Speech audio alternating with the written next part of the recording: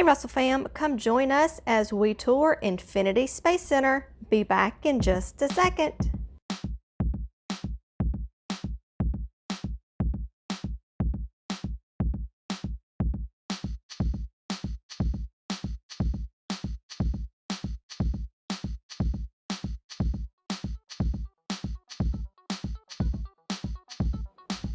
Hi, I'm Becky and welcome to our Russell's Loving Life YouTube channel. We also have a russellslovinglife.com blog.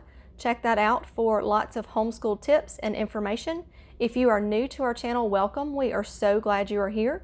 Please consider clicking that subscribe button and that little bell notification so you get notified every time we upload a video. If you are a returning Russell fam, we are so glad you are back. In today's video, we took a science homeschool field trip to the Infinity Space Center. Come check it out with us. Of course, the kids find a giant Jenga set. Who's gonna knock it down? Leave me a comment below.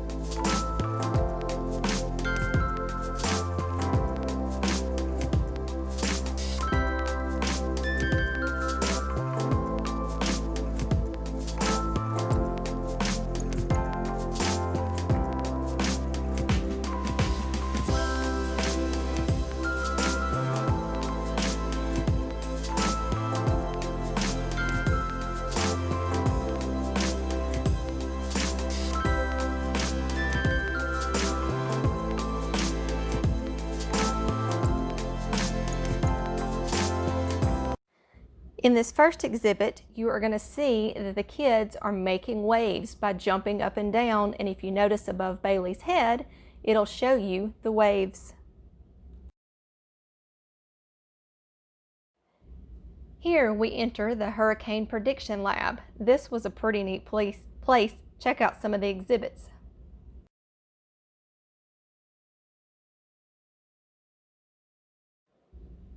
In this exhibit, it asks you if you are storm ready.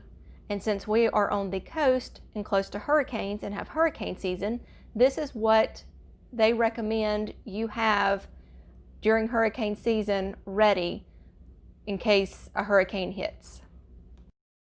This picture is called Blue Tarp City.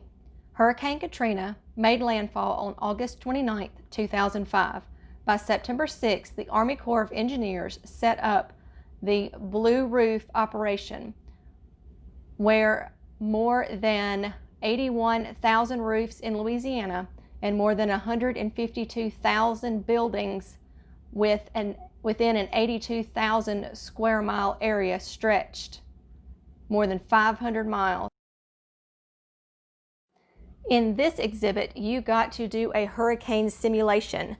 You would take a hurricane that was out in the ocean, you would put a high pressure in a location, you would put a low pressure in a location, and it would tell you if that would create a hurricane. Let's see what happens.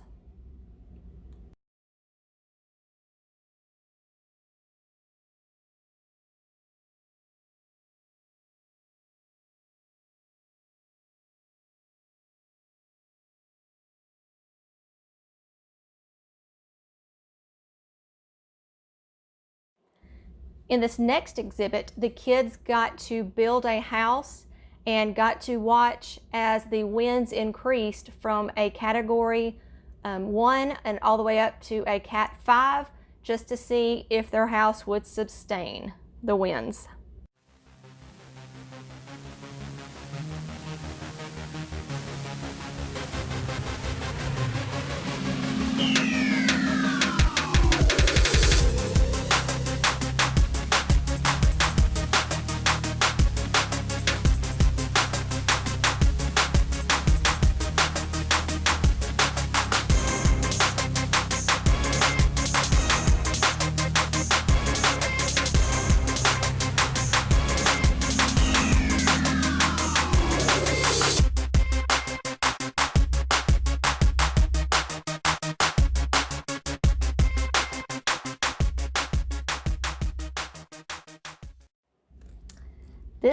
Exhibit is the wave station. It shows you the level of waves when you click on the button to how far it gets to the house.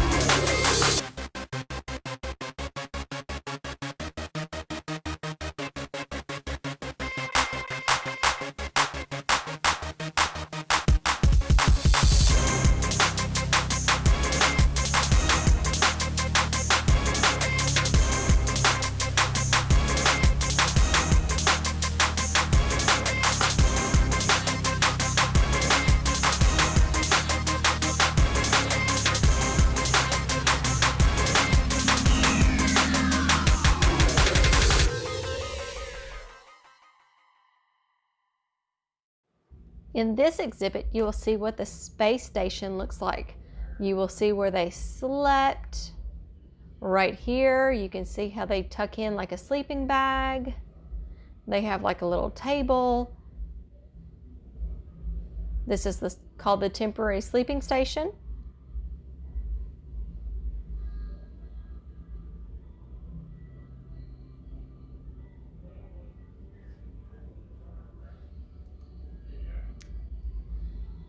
This is the minus 80-degree lab freezer.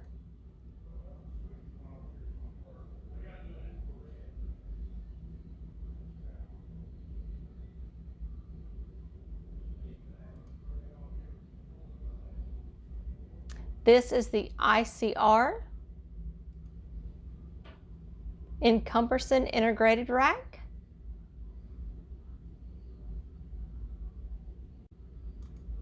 This is the FRI, fluid integrated rack.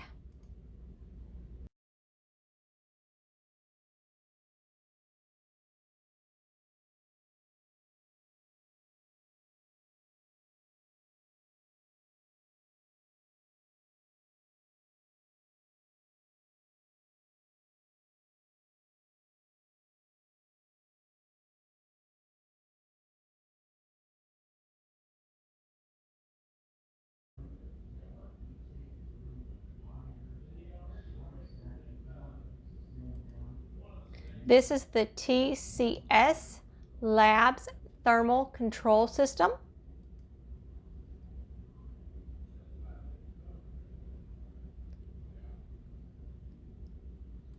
RWS robotics workstation. Could you imagine being on the space station, being weightless and having to move about all of these compartments? Here is the storage rack. This is the DDCU, the rack DC to DC converter unit. This is the express rack.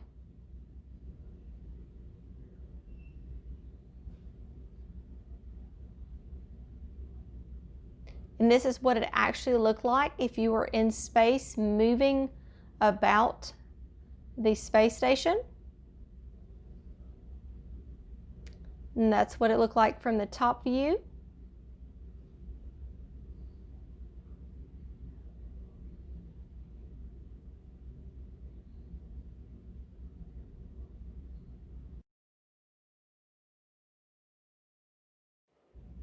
Here is the Apollo exhibit.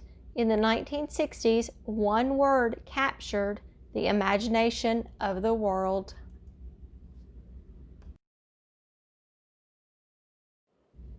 Here you are looking at the Apollo 4. Could you imagine being in this as it is floating through space?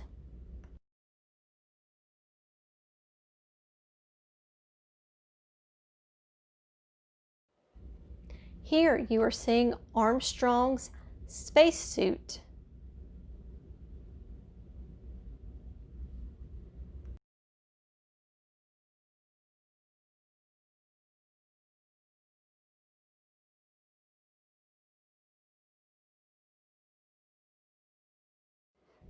To quote JFK, we choose to go to the moon.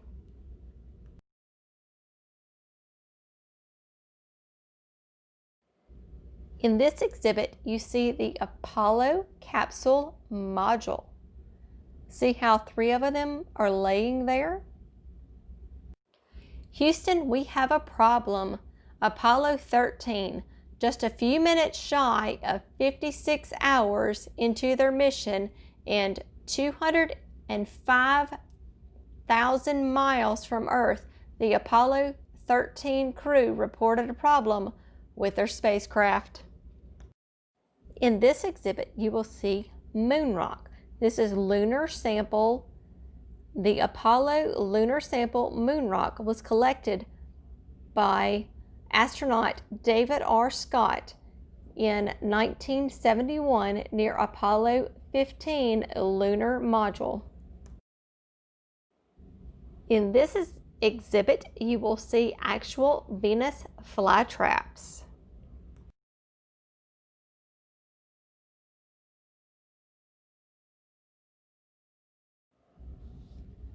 F1 rocket engine, developed by Rocketeering 5F1 engineer, powered the S-1C first stage of the Saturn V rocket, was launched humans to the moon during the Apollo program and later to the orbiting Skylab spacecraft. The F1, with 1,522,000 pounds of thrust, is the most powerful single-chamber liquid-fueled rocket engine ever built. In 1955, NORAD began the development of the Deep Ocean Assessment and Detection of Tsunamis system to provide better warning for tsunamis communities. Until 2004, the U.S. operated 6 systems in the Pacific Ocean. However, the network had expanded to 39 buoys operating in the Pacific and the Atlantic Oceans.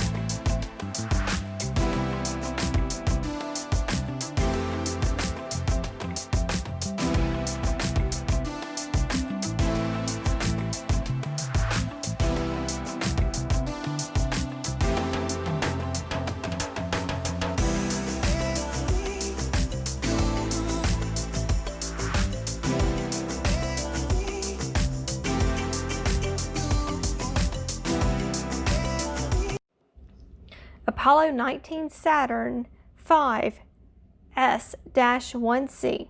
During the Apollo program, the mighty 3-stage Saturn V moon rockets were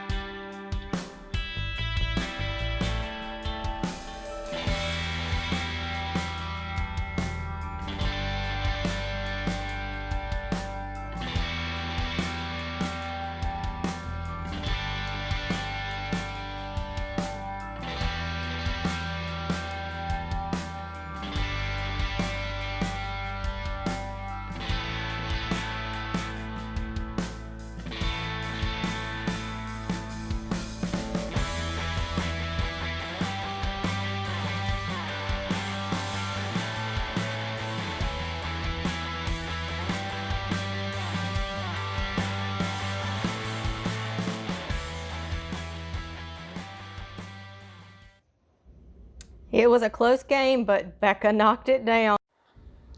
Thanks so much for joining us on our science homeschool field trip. And remember to always be careful, be considerate, have a great day. Bye.